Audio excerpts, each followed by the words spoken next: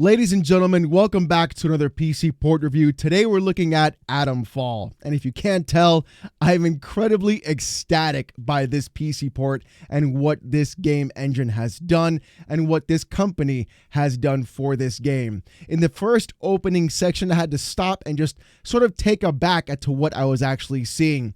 We are in an open area, the first one you walk into when you start the game, and we are sitting at a comfy, cozy 215 frames per second.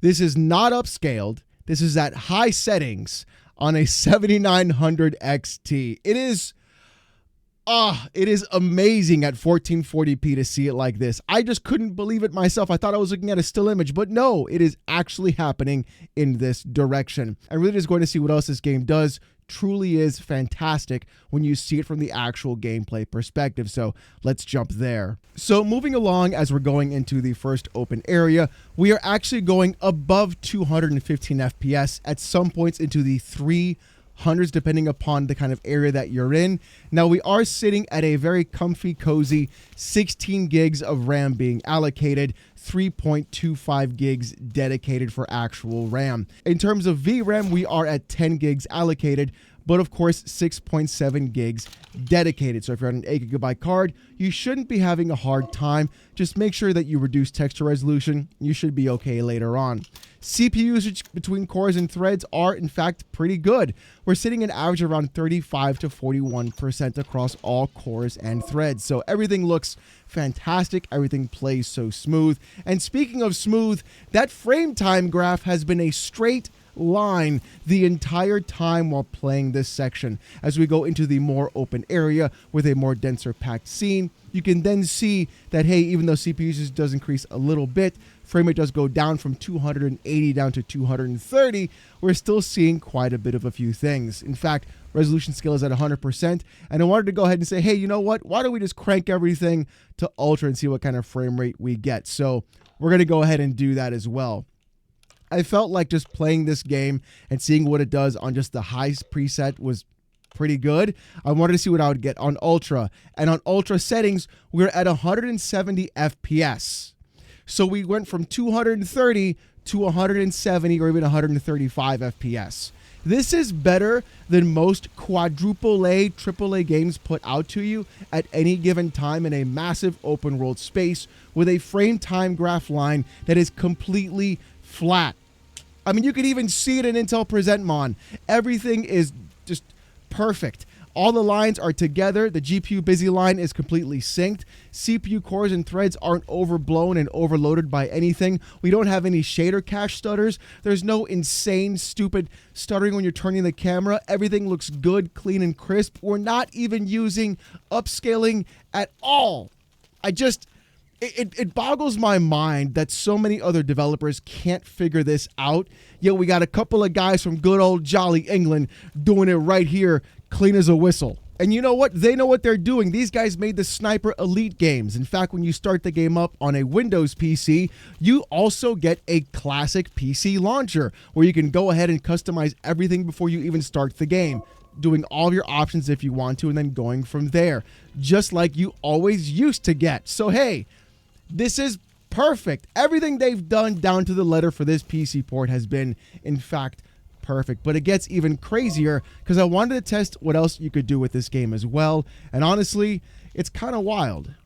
So I went a little bit crazier. I said, you know what? They've got a resolution scaler. Let's have some real fun with this. I went ahead and actually decided to just crank it up to 200% resolution scale. Yeah, no. 1440p by 200%, set everything to ultra settings and seeing what kind of frame rate we would actually get. And really, the results can shock you because at 200% of 1440p, we're sitting at 60 to 70 FPS, dipping into the 50s at some points.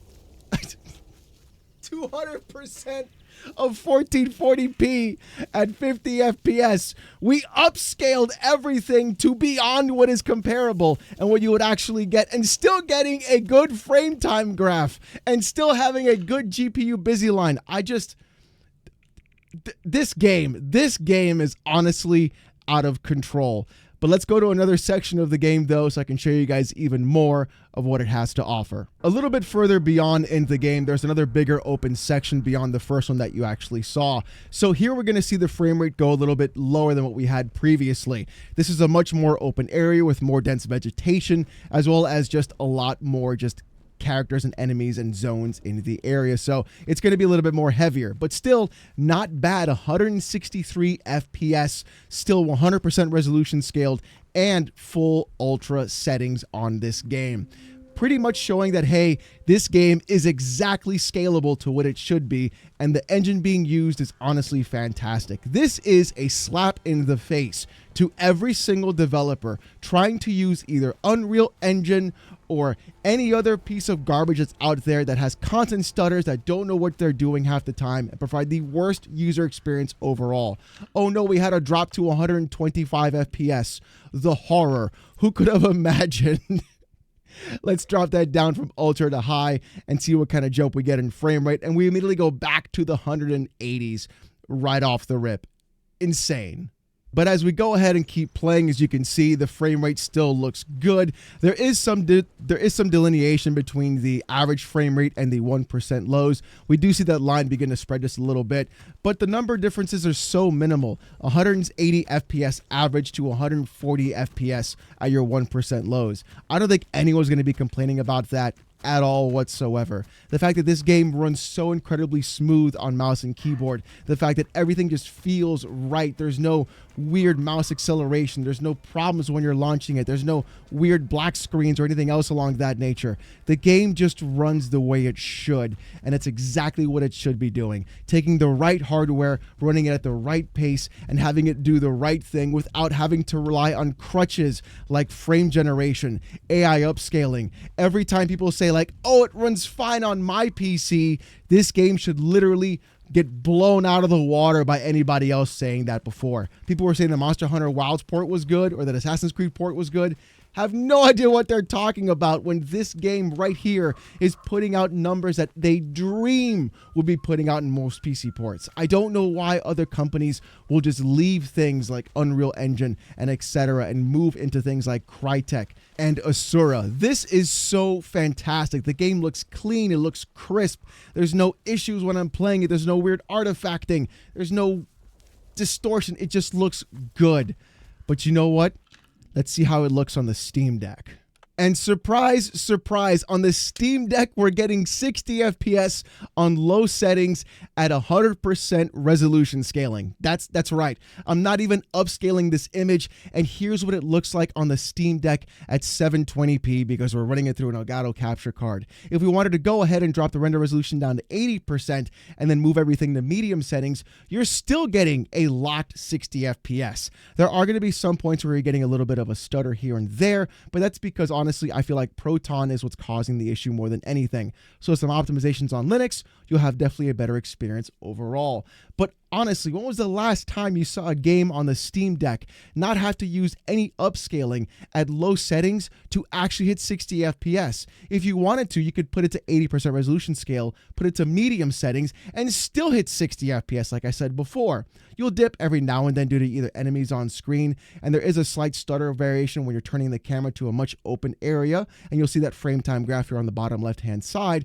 But even then, there's that stutter I told you about. It's a micro stutter either way, but I feel like that's more of a Proton issue than it is actually an in-game issue. With some optimizations, they can definitely fix that. There was a Proton hotfix update today though, so that could be why that's happening as well.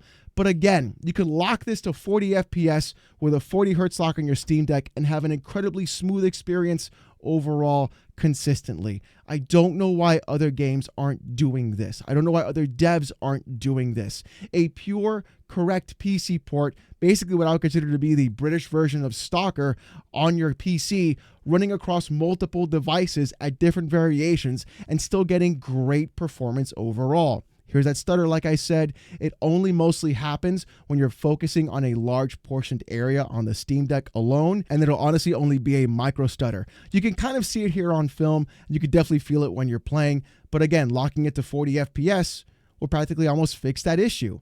At the same time, though, there are some problems with it on the Linux version that I feel like they could work out and make a little bit better, but again, that could be Proton, that could be the deck. But at the same time, getting this kind of performance on this low end of hardware truly goes to show what actual scalability is on a PC port. If you're looking for a first-person shooter that has good mechanics, is a British version of Stalker, and has a lot of intricate different things, but is a phenomenal PC port, I cannot recommend Atomfall enough. What a wild game to see. What a weird thing to see finally, and actually have a good PC port review where I can do nothing more than just talk about how great the game is rather than screaming about how bad things are. So, what a twist. What an absolute twist. But ladies and gentlemen, let me know how it's running for you guys on your PCs in the comments section down below. Let me know what you guys think about the game as well. And if you're having any issues or troubles as well, we can try and fix that for you guys too. If you want to see more of this kind of content, more PC port reviews, gaming news, Steam Deck videos, fanboy content, my hot takes in the gaming industry, and live streams every Saturday night, 8:45 p.m. Eastern, subscribe to the channel. Thank you so much for watching. Hope you have a great one, and I'll see you next time.